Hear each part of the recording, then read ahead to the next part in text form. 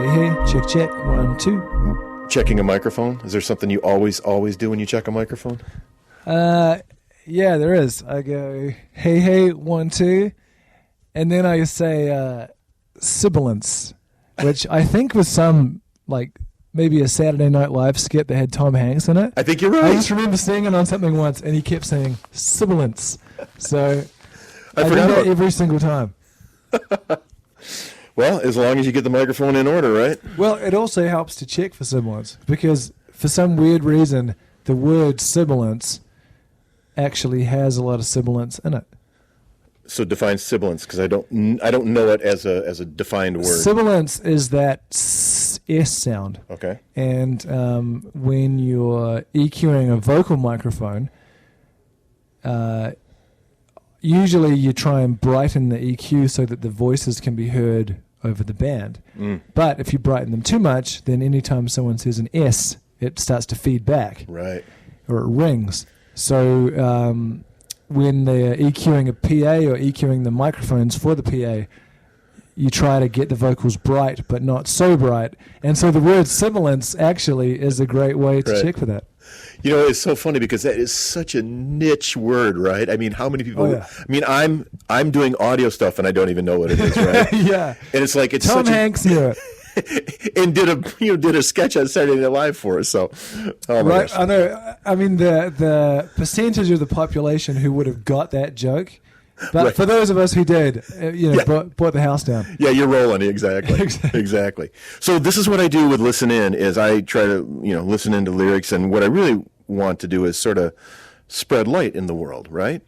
And when I dive into your lyrics, I'm going like, it's almost like, as an overall theme, it's kind of maybe that's what I shouldn't be saying, but it's like you are struggling to find this light. Is that a fair assessment of where you're coming from? I think to be honest, for us, music is this sort of cathartic expression, and I think if when people meet us, they're like, you guys are so nice and you're so positive, but even positive people have struggles, and we have the greatest job in the world, getting to tour and play music, but you still have ups and downs within that.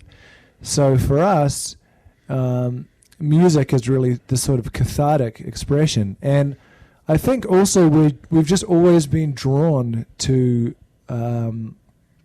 heavy music and dark subject matter. Like, my favorite movies are all kind of have dark themes, and so it's also an artistic choice. Like, we listen to all different kinds of music, but in Like a Storm, the music that we sort of gravitate towards is heavier and darker, and I think that comes through lyrically as well as musically. So does that mean that you want to stay in the dark area, or is it that you want to figure out a way to plow through it? Well, I think a lot of it for us is there's a tremendous amount of positivity in allowing yourself to express what's going on. Our record CATACOMBS, which is our most recent album, that's sort of the concept behind that whole album is about all the different things that you keep buried down within yourself. And there are three of us, my two brothers and I, we all write. So we have 3 songwriters in the band. And so the themes on CATACOMBS each address something different that one of us has struggled with at one point or another.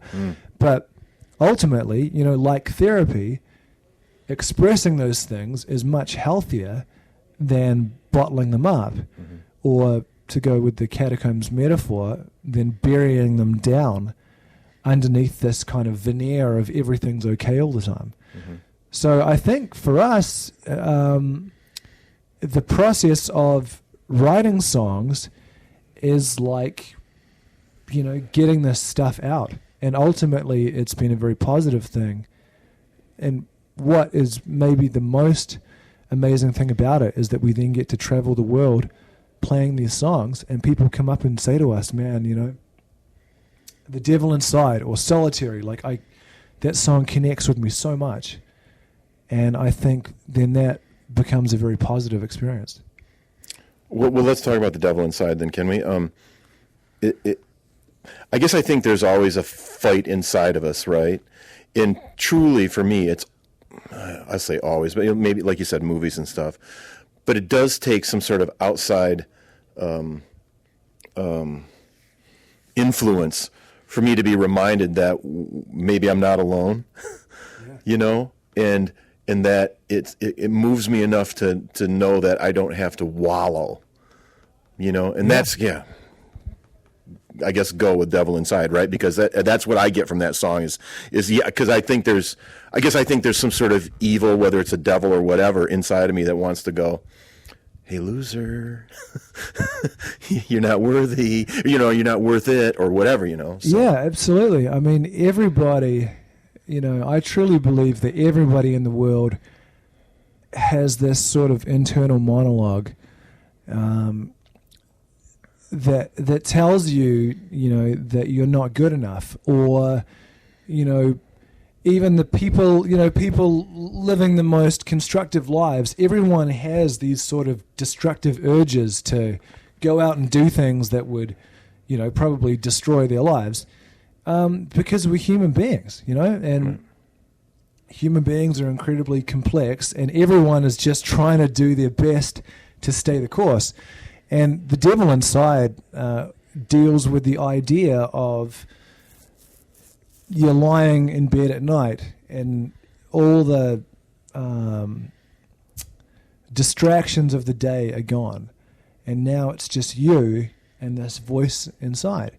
And everybody has it, the people who have their lives together, the people who don't have their lives together at all. I think it's one of those common threads that runs through being a human being. And so the devil inside is about the struggle to want to do the right thing, but also acknowledging that there is this part of everyone that actually doesn't want to do the right thing.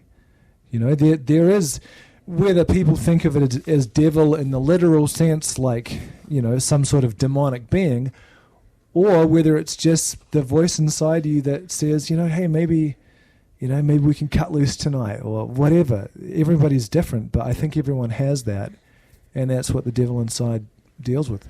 But do you think it's, and I don't know if you're a God guy or not, because I believe there's a God out there, and I wonder if, why isn't there a song called The God Inside, right? You know what I mean? Because theoretically, if there is a good and bad inside of me, there's two entities that are struggling, right? Yeah, I mean, I think that's an interesting question. For me, part of it is that human beings seem to be obsessed with the idea of evil. And I think part of that is that everybody feels the pressure to be good all the time. So it's almost like, wow. Why isn't there a song called The God Inside? I think because people feel that pressure to be good all the time externally. And then people internalize that, and people start to feel like they have to be perfect, like they can't make any mistakes. What you were saying before about this voice in your head that tells you that you're not enough, which is really common. Why would any of us feel that way if there wasn't some sort of external pressure to feel like you had to measure up to something? So I think part of the reason that people find escape and release in heavy music or movies or books that have dark themes is that that's almost like some sort of, you're trying to come back to the center from constantly feeling the pressure to do the right thing all the time. That's just my take on it. Yeah. I mean, I'm trying to, I believe that. And then I believe also there's the walking past the strip club too, right? Which is not right where I should be, in my opinion, right? Well, yeah. And I mean, everybody has temptation and everybody deals with, and it's funny that these things are consistent throughout pretty much every religion on earth. Right. But it's it's human nature, you know? Like, trying to be the best version of yourself is like a 24-hour-a-day job. Right. And so there is temptation, and there is a part of you that doesn't want to go to work, you know, doesn't want to stop drinking after X number of beers, doesn't want to do whatever. You know, everyone has their own struggle. Right. But I think for us that's consistent in our music, and it's something that as people, and as people who are fortunate enough to travel the world and meet a lot of other people, you know, we're really interested in that, because you see that everyone has their own struggle.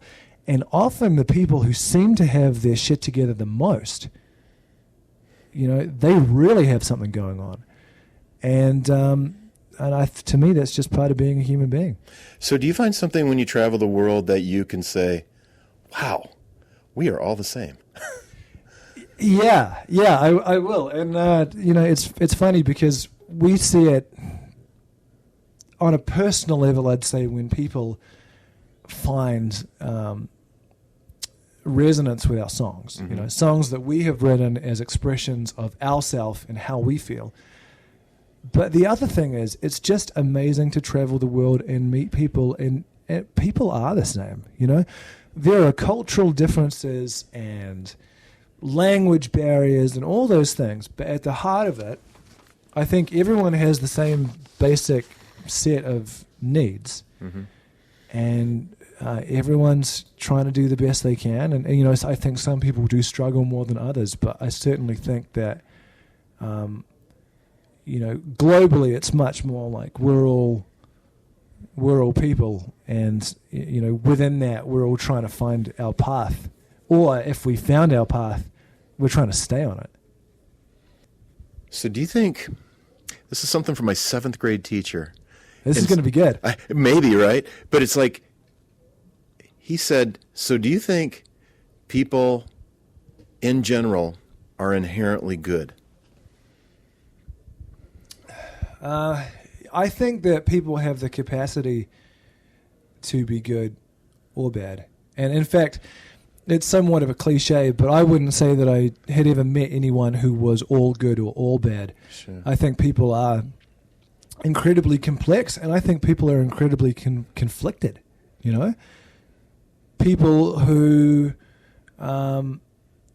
feel the need to be good all the time, it's a spectrum, and at some point people will go, you know, well, this actually isn't meeting all of my needs, whether that's a conscious or an unconscious thought. I think it has a lot to do with the opportunities that people have in life. I think it has a lot to do with, you know, the kind of upbringing people have. I think, sadly, there's a tremendous amount of commonality in people who are kind of forced to take certain paths in life. If you were to look back and go, well, they never had the opportunities that I had, you know? So I think that people are inherently good, but I do think that there is a little voice inside everybody, and how much of a role that plays in their life, I think, you know, can come down to a number of different things. Yeah. I mean, because sometimes, I mean, I have 2 kids, and it's almost like they're 2, I think, really good kids, but they're 2 entirely different people too. Yeah. And I'm thinking, how did you 2 get out of this house and be so different? It's so weird to me. So, you know, it is. Well, just like my sister's so different than me. She hardly talks. She's very introverted, and I'm thinking, let's go to the top of the mountain. And, you know. Well, then it's probably better that of the 2 of you, you're the one giving this interview. Yeah, probably, right. Although maybe her questions would be much more introspective. I'm not sure. No, these are good questions. Hey, so let's jump to Out of Control, which is the next song off the record. But do you think people come here looking for what I think you're singing about? That is, they're looking to just feel alive, and that's why they come to whether it's your show or any show, really, but specifically sort of concerts, you know, I mean. Yeah, that's absolutely what I believe. I mean, I think that that's one of the reasons that people gravitate towards music in general, you know. And there's an interesting thing with heavy music that it does release endorphins, so you have this this genre of music that often deals with dark themes, and musically it's very heavy sounding, and people can look at it from the outside and go, man, this whole genre is so negative. But the irony is that on a sort of neurological level, it actually releases a lot of endorphins, like listening to this kind of music. And I think that a huge part of why people are drawn to music and to live music is because it makes them feel good. It makes them feel alive, and it makes them feel connected. So do you feel responsible? No, I feel that we're all part of the same experience, I don't feel responsible because a huge part of the reason that we play live is to connect with people. So it's this kind of cyclical experience. We've spent a lot of our lives rehearsing, playing the same songs, and every musician in the world will tell you it's a completely different experience once you're playing in front of people. So I think it is this kind of reciprocal experience where people come to the shows because they want to connect, and musicians play shows because they want to connect. So I think actually the band and the fans are a lot more similar than it might seem. Anything more you want to say about Out of Control? No, I think you nailed it. I mean, that's that whole song deals with the idea of kind of cutting loose and feeling alive. Yeah. So then, obviously, Catacombs. I think you kind of covered it earlier, but I jotted down that it's searching for aliveness, right? But do you think we're burying ourselves as much as the world's burying us? I think there's a tremendous amount of pressure to appear normal and to appear like you have your life together. And that was kind of the central idea of the album, but the song Catacombs particularly deals with that. We have this strange repressed disconnect where everyone acknowledges that all human beings are flawed and that we're all struggling on some level with something. Everyone's trying to do the best they can. But on the other hand, there's this expectation that everyone's going to be perfect, and everybody has this veneer. And so I think that because of that, you can't have no problems. So the only other thing you can do is hide them. And ultimately, that's much more destructive because, of course, the problems don't go away. And when you try and bury things, then they just sort of run rampant out of control until they finally break through to the surface again. So the album as a whole, and particularly the song Catacombs, deals with the idea of, digging up these things that you felt like you had to bury beneath the surface. And ultimately, I think that's a much better way to live your life, and it's a much better way to face the things that you're struggling with. So if you want to dig them up and shine light on them, I guess is kind of my words that I'm using. Does that help that problem or the issue? Does it help it wither, or does it bring it out and then maybe we're both in the same room and you go, dude, I see what you're struggling with. I'm struggling with it too. I think that's a huge part of it. I mean, it's one of those cliches, if you bury something down and you don't face it, then you start to feel like you're carrying that weight alone. And you start to feel like no one else could ever understand what I'm going through. And, it's not just through our music. You see it in all walks of life. You see it when people go to AA or when people go to church or whatever it is that helps them, work through things.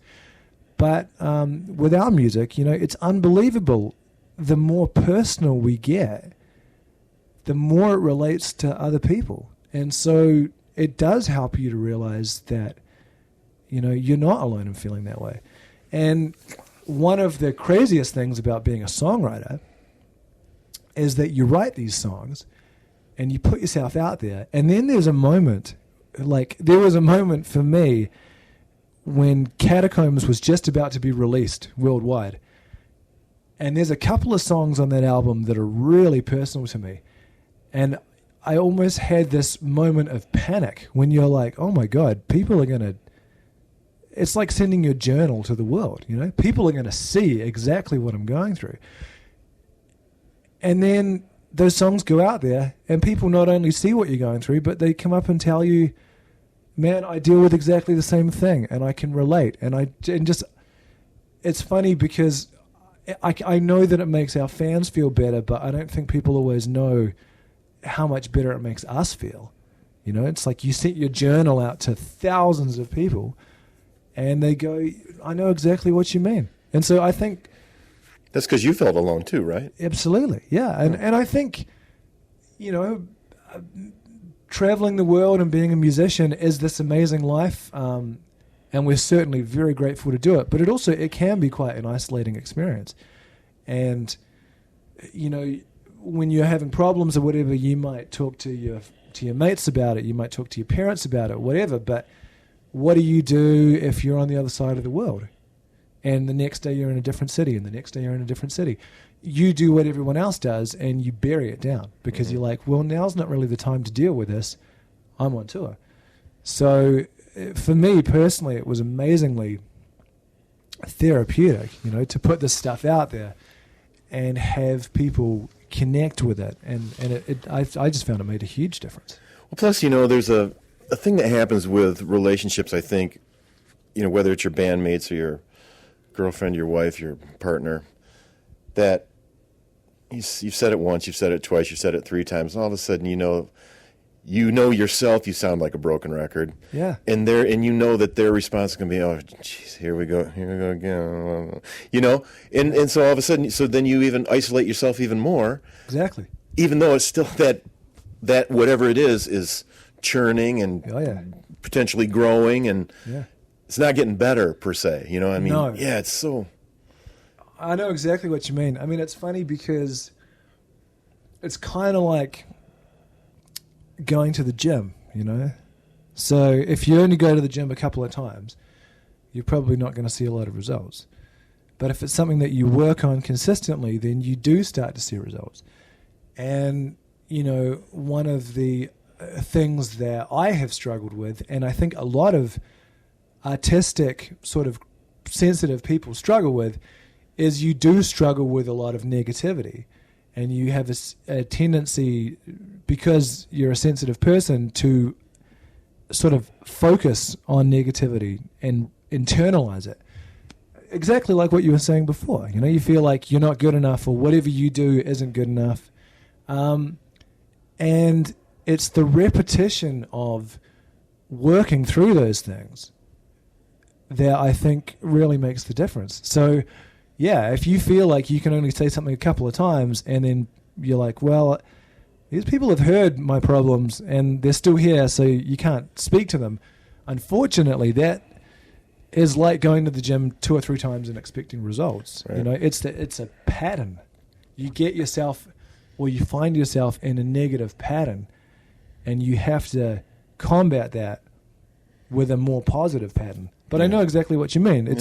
It's difficult to feel like somebody wants to hear for the 50th time, right? You know? But, I mean, I think that's one of the great things about music is that, you know, people can have that experience in different ways. And so you can have a conversation with someone and say, hey, man, this is how I'm feeling. Or you can listen to a song where somebody tells you how they're feeling, and it almost has the same quality as if you were sitting there talking to them. Right. And, I mean, I just know that because of the music that we grew up listening to. And a lot of these guys I've never met, but I feel like I know them personally. And so I think that's one of the things that we are the most grateful for, you know, getting to tour and write songs and share those songs with people, it's like a conversation through music. Yeah. So tell me a few of those bands or artists that you were... Do you want to take a drink? Yeah, thank you. I can edit out the drinks. Leave them in. It's live. It's real. Exactly. But tell me some of the bands that you connected with at such a deep place that you went, they get me. There was, well, I mean, we grew up listening to a lot of different stuff, and what's really interesting is that initially when I was younger, it was kind of the more contemporary stuff, bands like Tool, even though a lot of their lyrics are very abstract, it's like the message behind those songs connects. That's to me, those songs are a true work of art because they're not linear lyrics, but you know exactly what that guy's saying. Yeah. And you don't at the same time. And you don't at the same time. Almost like you can't put them into different words. Yeah, exactly. But yet it connects on the inside. Well, exactly, and it's like it's an emotional experience. It's a vibe. We talk in our band a lot about capturing the vibe. Mm-hmm. And that can extend to the music or the lyrics, or usually it's the combination of them all together. Yeah. But growing up, there was a lot of music that I really connected with. There was a band from Australia called Silverchair. Sure. And, they got famous when they were super young. But Daniel Johns, who was the singer-songwriter in that band, is, just phenomenally gifted as a musician. And I always really connected with his songs, especially when I was a teenager, and a lot of his themes, because he was also a teenager at the time, really speak to you, and I think the thing about being a teenager is it's almost like life amplified. It's like the ups and downs of life and wondering whether you fit in and whether you're good enough and trying to make sense of how you feel at any point in time. It's like regular life times a million, because at that age you don't really have any perspective. Like, you don't know how you can't go, oh well, I've felt this way before, and sometimes it's just what the hell's going on. Right. And so I really related to his lyrics, and that's someone, we've actually been lucky. We have met a lot of our idols, but that's someone who I've never met, but I still feel like I know him. Because his music really spoke to me, and it's kind of one of the great honors for us is for people to say that our music does the same thing for them, because I remember being a kid going through that stuff and feeling that connection with someone else. But I would think as an artist, they can tell you many things. Here's the craft of writing songs, and here's how lyrics work, and here's how the sibilance works, and all that kind of technical and also genuine artistry stuff. But I don't know that anybody ever sits you down and says, okay, this is what's going to happen. People are going to come up to you and say, you made such a huge difference in my life that I didn't fill in the blank, or I did fill in the blank. I don't know how you can prepare for that kind of stuff. And maybe you shouldn't, right? And maybe you should just let it be so completely honest and real that it just happens. But yeah, that's a really interesting point. No one's ever said that, and that's exactly right.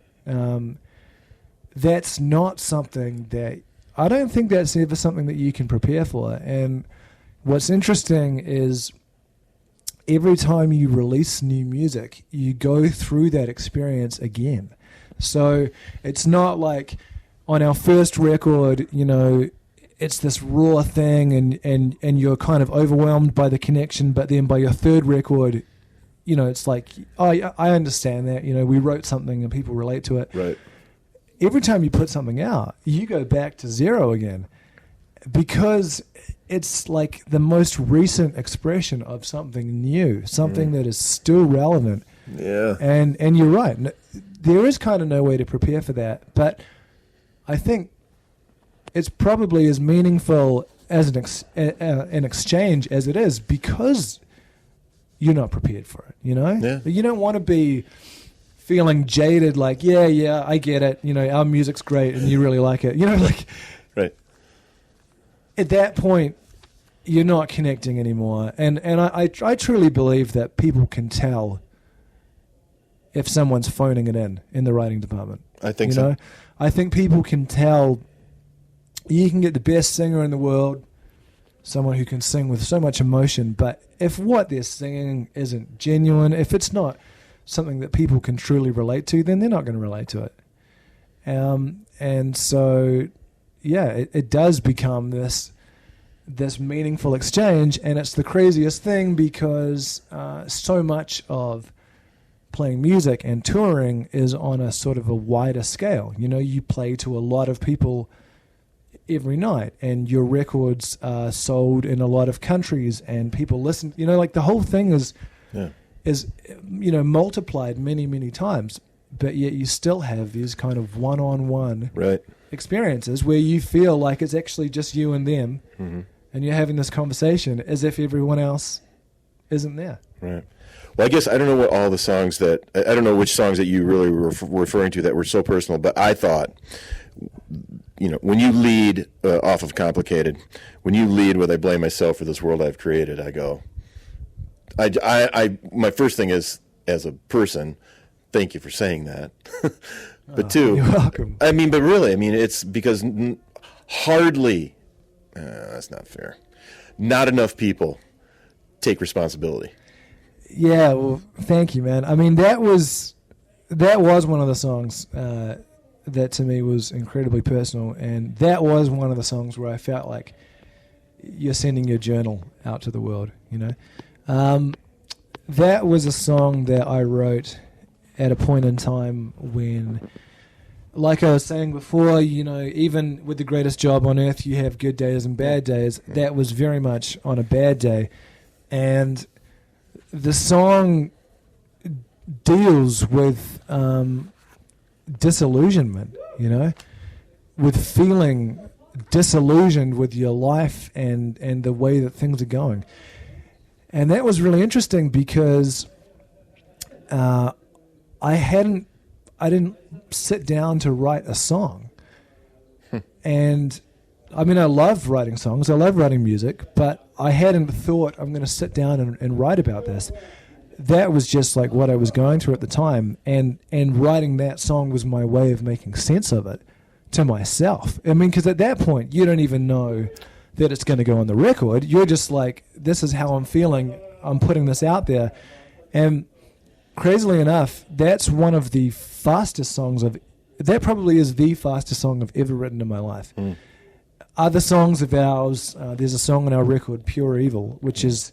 Last song. Yeah, and it's, you know, it's this kind of layered masterpiece, and that was like a sculpture for us. You just kind of chiseling away to realize this vision. And Complicated was the total opposite. It was like just writing exactly how I felt, putting it out there, and that is one of those songs that initially I was kind of nervous because you're like, you know, people are going to know exactly how I felt. And that is one that people have come back and said, you know, I know exactly how you felt. I do love the idea that we are complex, fragile human beings. Yeah, absolutely. And it's like, God, that is... Because sometimes I don't want to be either. Right, yeah, and I think it would always be... Not always. I think a lot of times it would be easier to be a much simpler creature. You know what I mean? Yes. and I think you know, it's possible that sort of artistic, creative types are at the more complex end of the spectrum. You know, that it's just a personality type. That's why you want to write songs, because you have a lot of things to process and you have a lot of things that you want to say. One of the things that was really interesting for me about Complicated is that I almost felt this weird sense of guilt because we have this amazing life where we get to tour the world and, you know, we don't have day jobs. Like, we get to play music and write songs and travel the world playing them and meeting people who come up and tell you, you know, how much your music means to them. That is a great life. But even within that, you can still have struggles, you know? And so when I knew that song was going to be on the record, part of me was thinking, like, I wonder if people are going to misinterpret what I'm saying. If it's like, well, you know, you have this awesome life, what the hell are you complaining about? But actually it's been incredibly reaffirming, I think, that everybody has ups and downs, and when you're in that mindset of being in the downswing, it doesn't matter how great your life seems to everybody else. Mm-hmm. It's how it feels to you. Mm-hmm. And that song to me was really about expressing just that complete sense of dismay and disillusionment at the way that things were going.